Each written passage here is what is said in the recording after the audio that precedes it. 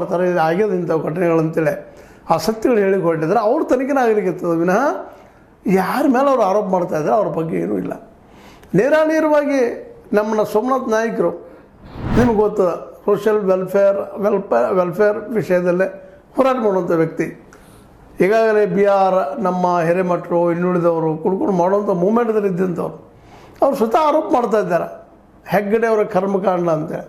ಅದ್ರ ಬಗ್ಗೆ ತನಿಖೆ ಏನೂ ಇಲ್ಲ.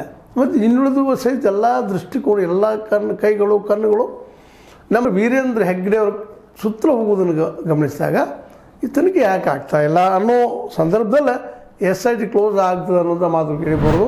ಮತ್ತೇನಪ್ಪ ಹೊಸ ಇದು ನಾಟಕ ಅನ್ನುವಂಥದ್ದು.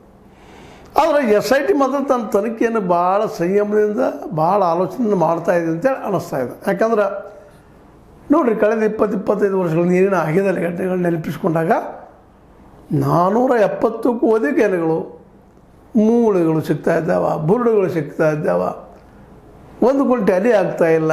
ಪ್ರೈವೇಟ್ ಆಸ್ಪತ್ರೆಯಲ್ಲೇ ಅದು ಹೆಗ್ಗಡೆ ಆಸ್ಪತ್ರೆಯಲ್ಲೇ ಹೋಗಿ ಪೋಸ್ಟ್ಮಾರ್ಟಮ್ ಮಾಡಿ ಕೆಲವೊಂದು ಒಂದೇ ದಿನದಲ್ಲಿ 70-72 ಕೆಲವೊಂದಿಷ್ಟು 3-4 ದಿನ ಸರ್ಕಾರಿ ಆಸ್ಪತ್ರೆ ಉಳಿಸ್ಕೊಂಡು ಹೆಣಗಳ ಪೋಸ್ಟ್ಮಾರ್ಟಮ್ ಮಾಡಿದ್ದು ಒಂದಕ್ಕೊಂದು ತಾಳಿನೂ ಆಗ್ತಾಯಿಲ್ಲ. ದಾಖಲೆಗಳು ಸಿಗ್ತಾಯಿಲ್ಲ ಸರಿಯಾಗಿ. ಯಾವ ಒಂದು ಅಲ್ಲಿ ಗ್ರಾಮ ಪಂಚಾಯಿತಿ ಅದ, ಗ್ರಾಮ ಪಂಚಾಯಿತಿಯಲ್ಲೇ ಅವ್ರ ರೆಕಾರ್ಡ್ಗಳು ಸರಿಯಾಗಿಲ್ಲ. ಬಾಬು ಅನ್ನೋದು ಒಂದು ಹೆಸರಿಗೆ 10 ತಂದೆಗಳ ಹೆಸರು, ಅವ್ರು ಯಾರು ಏನು ಎಲ್ಲವರು ಗೊತ್ತಿಲ್ಲ, ಎಲ್ಲ ಪರಿಚಿತ. ಇವೆಲ್ಲರೂ ಇವತ್ತು ದಾಖಲೆ ಮಾಡಿಕೊಂಡದ ನಮ್ಮ SIT. ಜೊತೆಗೆ ಈ SIT